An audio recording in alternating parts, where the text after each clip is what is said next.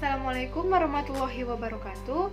Perkenalkan, aku Novi Asri, mahasiswi Program Studi Teknik Sipil S1, kelas C 2020, Fakultas Teknik Universitas Riau. Ini merupakan video presentasi saya dalam rangka memenuhi tugas mata kuliah pengantar teknik. Nah, kali ini saya akan menyampaikan materi mengenai studi kasus kegagalan struktur jembatan Kartanegara. Kita masuk ke pembahasan yang pertama, yaitu ada latar belakang. Nah, sebagai negara tropis yang terdiri dari berbagai pulau besar dan kecil, serta memiliki banyak sungai, Indonesia memerlukan jembatan untuk penghubung antar wilayah yang dipisahkan oleh sungai dan laut. Jembatan merupakan sebuah struktur yang dibangun melewati suatu rintangan yang berada lebih rendah.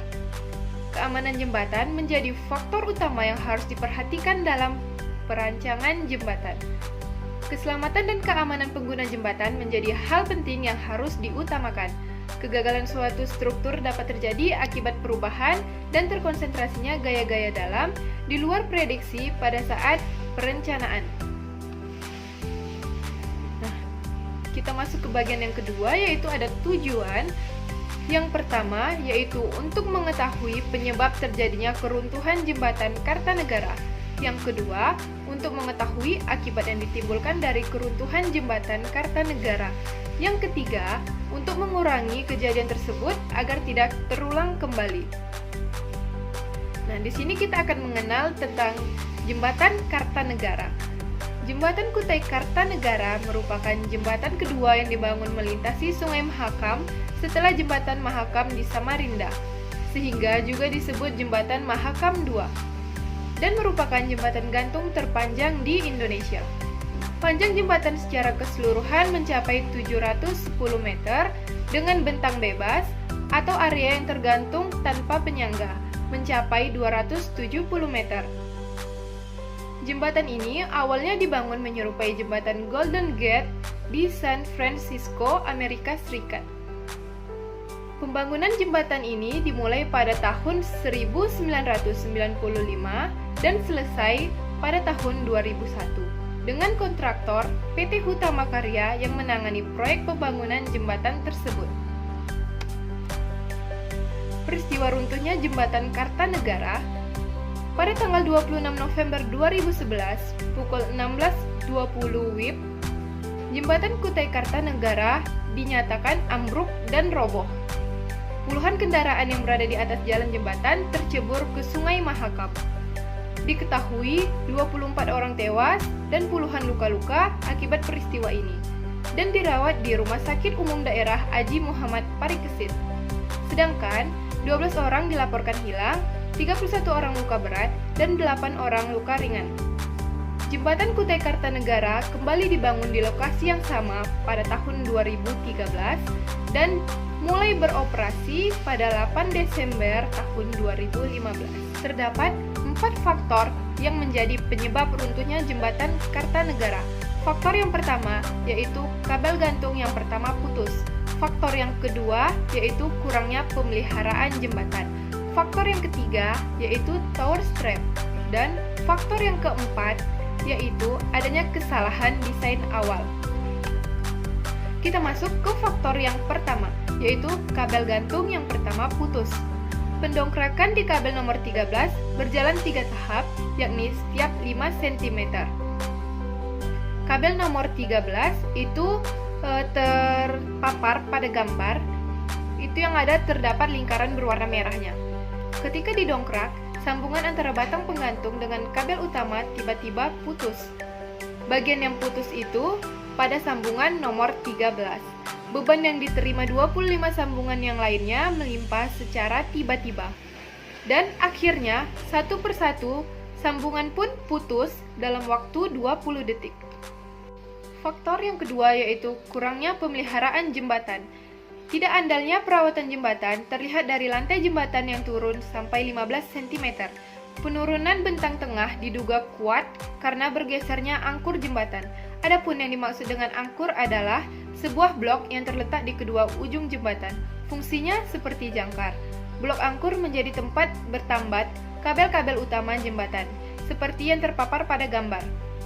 Jika angkur bergeser sedikit saja, kabel utama akan kendur, posisi struktur secara keseluruhan bisa berubah, termasuk bentang tengah yang turun tadi. Faktor yang ketiga yaitu tower strap. Kekokohan jembatan makin berkurang dengan adanya komponen yang disebut dengan tower strap. Komponen ini berfungsi menggantung rangka jembatan ke pilon atau menara. Dalam hipotesisnya, Mangko Subroto menyebut bahwa keberadaan tower strap malah mengunci kemampuan bentang jembatan dalam mendistribusikan beban. Tower strap mengacaukan distribusi gaya-gaya dalam di komponen-komponen struktur rangka jembatan. Beban yang tak mampu dipikul angkur blok akhirnya terperangkap di rangka jembatan. Setelah itu, fungsi rangka berubah menjadi batang tekan sehingga tidak mampu memikul gaya tambahan tadi. Faktor yang keempat yaitu adanya kesalahan desain awal. Untuk perencanaan jembatan, tentu ada standar yang mesti kita ikuti. Misalnya, kalau merencanakan jembatan harus berdasarkan Standar Nasional Indonesia atau disingkat dengan SNI.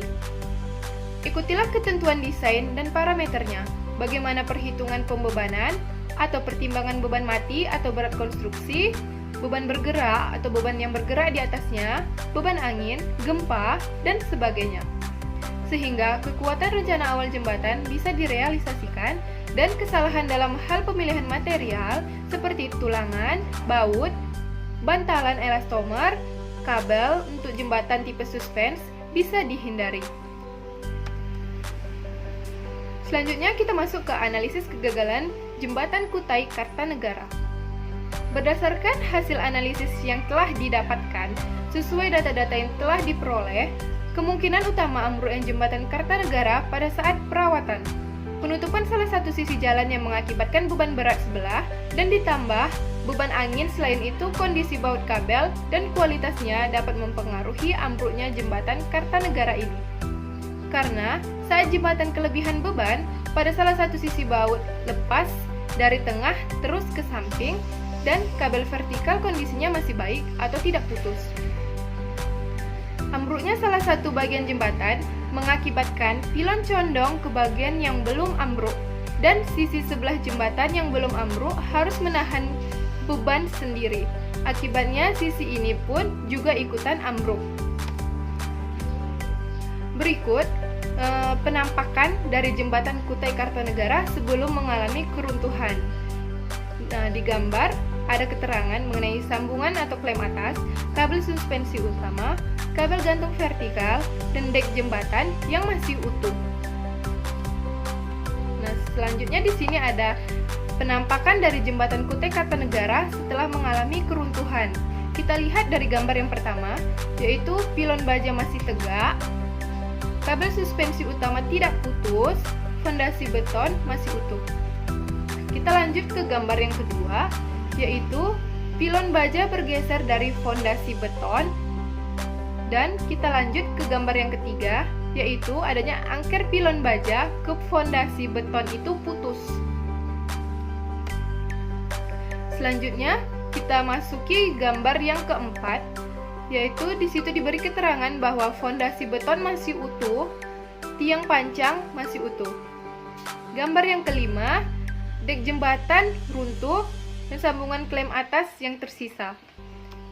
Dan gambar yang keenam, yaitu sambungan atau klem atas yang gagal.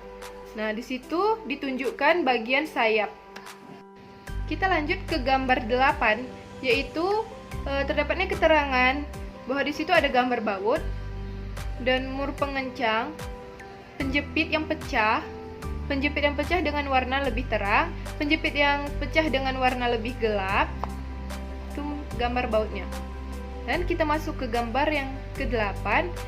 Di sini dia menunjukkan bahwa adanya salah satu klem bawah yang masih utuh.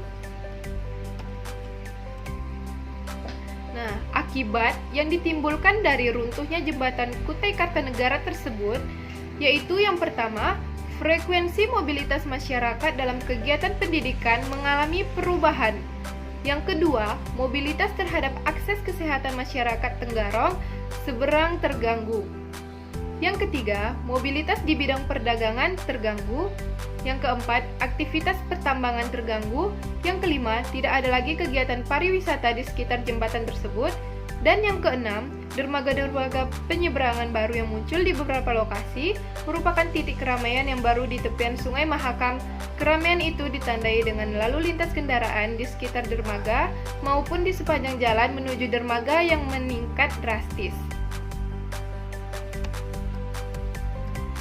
Nah, kesimpulan yang dapat kita ambil dari materi ini, yang pertama yaitu Jembatan Kutai Kartanegara merupakan jembatan kedua yang dibangun melintasi Sungai Mahakam setelah Jembatan Mahakam di Samarinda, sehingga juga disebut Jembatan Mahakam II dan juga merupakan jembatan gantung terpanjang di Indonesia. Yang kedua, yaitu kegagalan suatu konstruksi jembatan perlu disikapi mulai dari tahap perencanaan maupun pelaksanaan pengawasan sampai dengan tahap operasionalnya. Jembatan merupakan suatu konstruksi yang menerima beban bergerak selama umur konstruksi, maka perlu dilakukan pemeliharaan secara berkala pada tahap operasionalnya. Selanjutnya, ada beberapa solusi yang dapat diberikan. Solusi yang pertama yaitu pembinaan dan peningkatan kompetensi pekerja konstruksi merupakan suatu keharusan untuk membangun infrastruktur yang baik serta menghindari terjadinya kegagalan konstruksi. Solusi yang kedua yaitu diperlukan sistem monitoring jembatan selama masa rencana umur jembatan. Dengan kemajuan teknologi informasi dan komunikasi saat ini, sangatlah mudah untuk memonitor kondisi jembatan dari waktu ke waktu, bahkan setiap detiknya. Monitoring terhadap pengaruh lingkungan, pengaruh lalu lintas, pengaruh efek kelelahan material akan dengan mudah diketahui dan bisa diketahui sejak dini. Sehingga, peristiwa runtuhnya jembatan secara tiba-tiba dapat kita cegah. Sekarang, bagaimana kita memanfaatkan teknologi untuk mencegah terjadinya korban jiwa dan material akibat runtuhnya jembatan? Solusi yang ketiga yaitu perlu diketahui bahwa minimal anggaran yang harus disiapkan adalah sekitar 1% sampai 2% dari total biaya awal membangun. Biaya pemeliharaan tergantung dari lebar jembatan, panjang bentang, kepadatan lalu lintas, dan umur jembatan.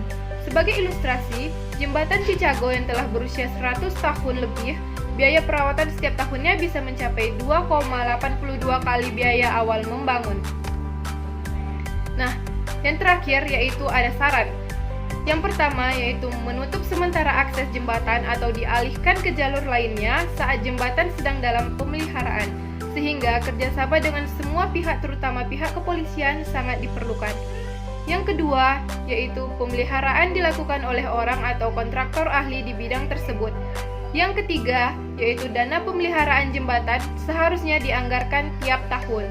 Dan yang keempat, yaitu yang terakhir, menggunakan bahan baku yang dengan sesuai spesifikasi. Demikianlah presentasi saya mengenai studi kasus kegagalan struktur jembatan Kartanegara. Sebelumnya, jangan lupa untuk like, komen, dan subscribe di channel YouTube saya. Sekian, terima kasih.